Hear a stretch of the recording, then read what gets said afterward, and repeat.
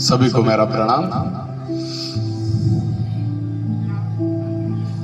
कि जिंदगी में त्याग के बिना कुछ भी नहीं मिलता। एक सांस भी लेने के लिए एक सांस को छोड़ना पड़ता है।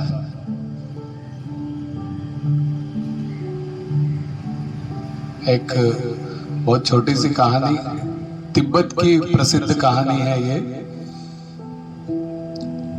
वहां पर घने जंगलों में पहाड़ों के बीच में एक सरोवर था।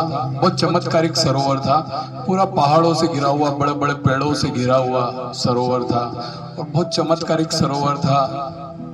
उसके बारे में मान्यताएं थी कि इस सरोवर में जो भी डुबकी लगा ले वो रूपांतरित हो जाता था, वो परिवर्तित हो जाता था। अगर जानवर डुबकी लगा ले तो इंसान बन जाए और इंसान डुबकी लगा ले तो देवता बन जाए। बड़ा चमत्कारिक सरोवर था। बहुत कम विद्वान ही इसके बारे में, इस सरोवर के बारे में जानते थे और जो जानते थे उन्होंने भी काफी ढूंढने का प्रयास किया, लेकिन सब खाली हाथ वापस लौटाए। किसी को वो सरोवर मिलता नहीं था। एक विद्वान, एक सज्जन इसकी खोज में गए और काफी प्रयासों के बाद उनको वो सरोवर दिख गया।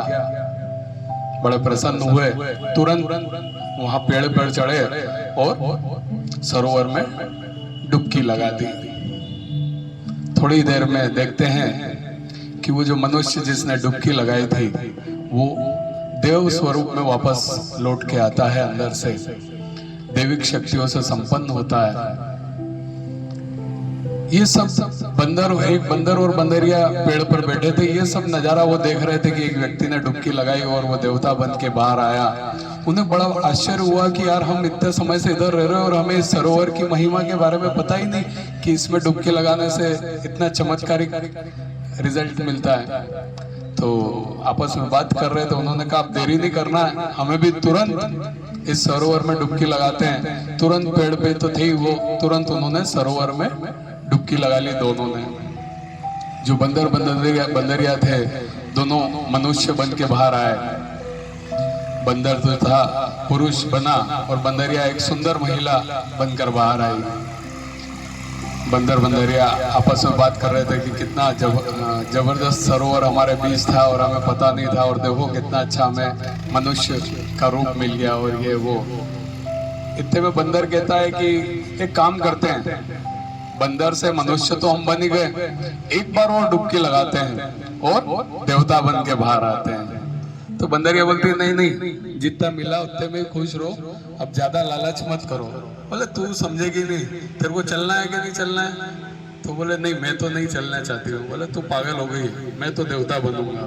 और बंदर वापिस पेड़ पे चढ़ता है और सरोवर में डुबकी लगा लेता है। और जब बाहर आता है तो वो वापिस बंदर बन के बाहर आता है। तो अब बंदर वर के बाहर आ गया। इधर जो बंदरिया, जो सुंदर महिला का रूप धारण कर लेती है, वो उसको एक राजा शादी करके ले जाता है, उसको रानी बना लेता है। और ये जो बंदर होता है, इसको एक मदारी पकड़ के ले जाता है और खेल वेल दिखाने का काम चलता है। एक दिन ये मदारी इसी बंदर को लेके उस महल में जाता है जहां पर ये बंदरिया रानी बन चुकी थी।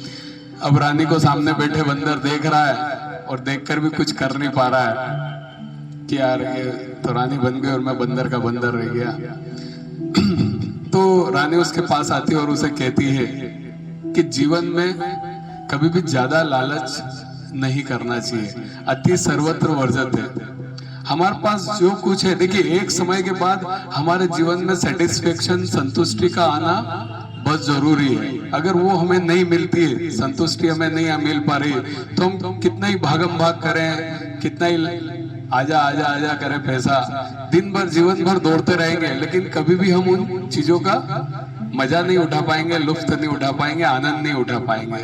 तो जीवन में त्याग का होना जरूरी है, त्याग के साथ साथ जीवन में संतुष्टि का होना चाहिए, आत्म संतोष का होना बहुत जरूरी है। तभी हम जो कमा रहे हैं या हमने जो भी अर्जित किया है हम उसका लाभ उठा पाएंगे। इस कहानी का केवल इतना ही सार था कि जीवन मिला है तो जीवन का मजा लीजिए, ज्यादा लालच के चक्कर में मत पड़िए, नहीं तो जो है उससे भी जाएंगे। ठीक है, तो यही इस कहानी का सार था। एक छोटा भजन करते हैं।